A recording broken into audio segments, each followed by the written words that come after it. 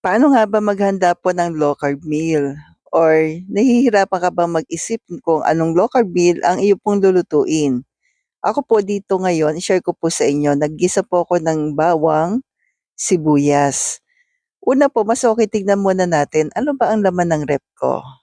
So sa akin kasi, ang laman po ng aking ref ay chicken mostly. Yan. So ito po yung aking low carb meal po na i-share ko po sa inyo. So naggisa na po ako ng bawang, sibuyas at tsaka yung manok. Sinasangkutsa ko po yan. Yan po talaga yung madalas kong ginagawa. Either chicken, beef, pork. Mas okay po yan sinasangkutsa. Ano ba yung pagsangkutsa?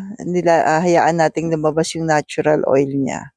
So pampalasa ko po ay asin at paminta. Yan po, naturally lalabas po yan yung kanyang water, gawa po nung asin na nilagay natin at saka po yung meat mismo. Meron talaga po yan. So takpan lang natin, halu-haluin hanggang sa maluto po naturally yung ating manok. Pero halu-haluin pa rin pagka ganyan po. At habang naluluto yung ating manok, nalalabas din yung natural oil niya. Mas masarap siya talaga ka-low carbs kapag nasangkutsa natin na maayos po. Yan. Time to time, hinahalo-halo ko po siya po. Yan na po, yan o, yung kanyang mga natural oil po ng chicken. Then, mag-a-add po ako dito ng vinegar. Takpan natin ng mga 2 to 3 minutes hanggang sa maluto yung vinegar. Unang ano po, pwede na po ito. Ang tawag po dyan ay adobong puti.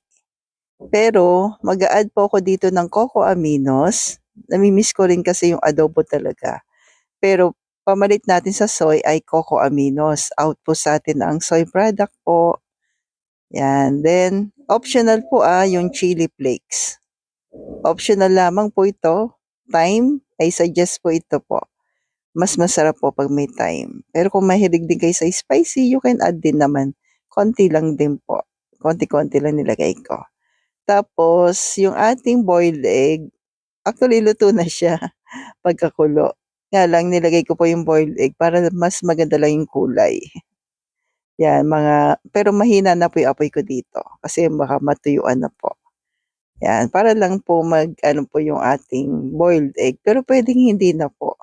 So yan po yung aking low carb meal kahapon. Pero po, meron pa rin akong i-add dito na pinakapamalit ko sa rice. So kadalasan po, kasi minsan nakakaumay po pag walang gulay eh. Yan. So ito na po.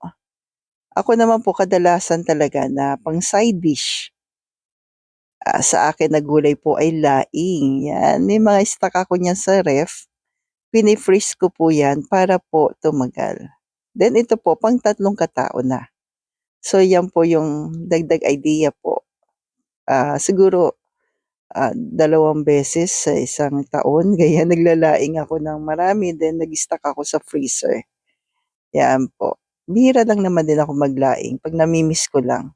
Then yan po, ganito karami pang 3 katao, pang side dish ko po yan, para alis umay. So ito na po yung kabuuan ng ating low carb meal, naway na makatulong na idea po.